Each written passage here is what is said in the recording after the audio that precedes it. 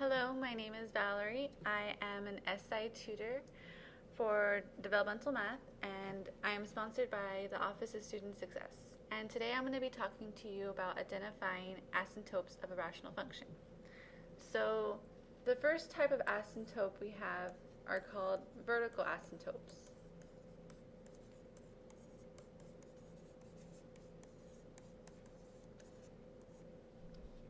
And when we identify vertical asymptotes, we just look at the denominator in a function. For example, in this function right here, all we do is look at this bottom portion, the denominator. The first step that we need to do is factor this. In this case, it factors out to x minus 3 and x plus 3.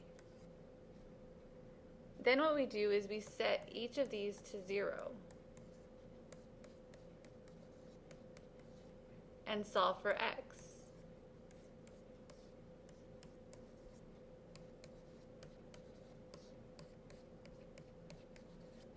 And that is how we get our vertical asymptotes. So in this case, our vertical asymptotes would be at x equals 3 and x equals negative 3. Next, we're going to look at horizontal asymptotes.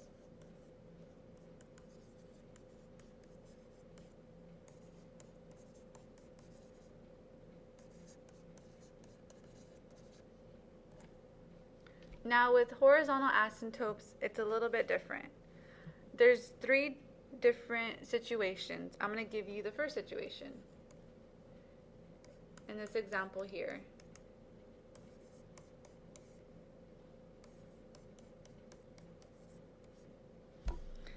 So in this case, because the numerator and the denominator have the same degree, the horizontal asymptote is equal to the ratio of the leading coefficients, which would be, in this case, 3/2.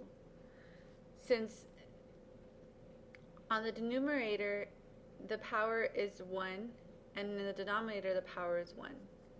And so in this case, the horizontal asymptote would be 3/2. The next situation, I'll show you in this example here.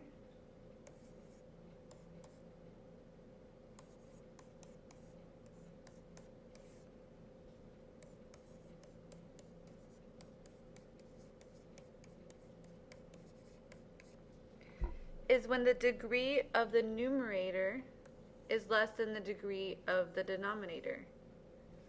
In this case, the horizontal asymptote is equal to 0.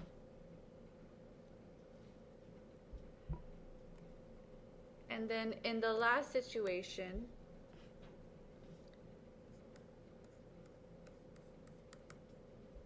is when the numerator degree is higher than the denominator degree. In this case, since 4 is greater than 2,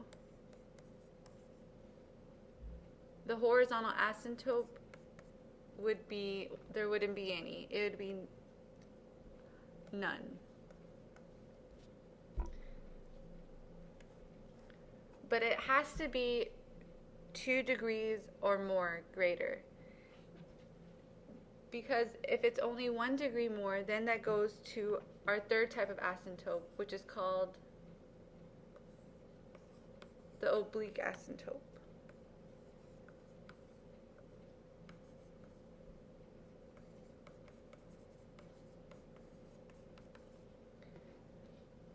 And here is an example of one.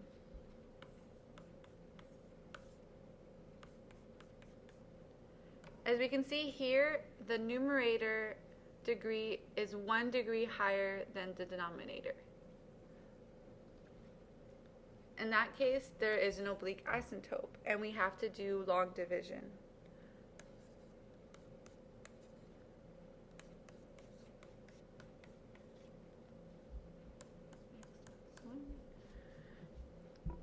And so I need to figure out a number that I can multiply by x to get 2x squared, which would be 2x, I multiply it. 2x times x is 2x squared. 2x times 1 is 2x. I subtract, I get 2x. Now I need a number that when I multiply by x will give me 2x, which will be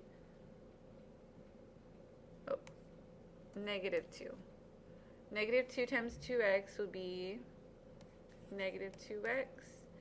And then I do the opposite, subtract, and I get 0. So then in this case, this will be my oblique asymptote, which would be at y equals 2x minus 2. So today we covered identifying asymptotes of a rational function, and again, my name is Valerie. I'm an SI tutor for developmental math, and I am sponsored by the Office of Student Success. Thank you.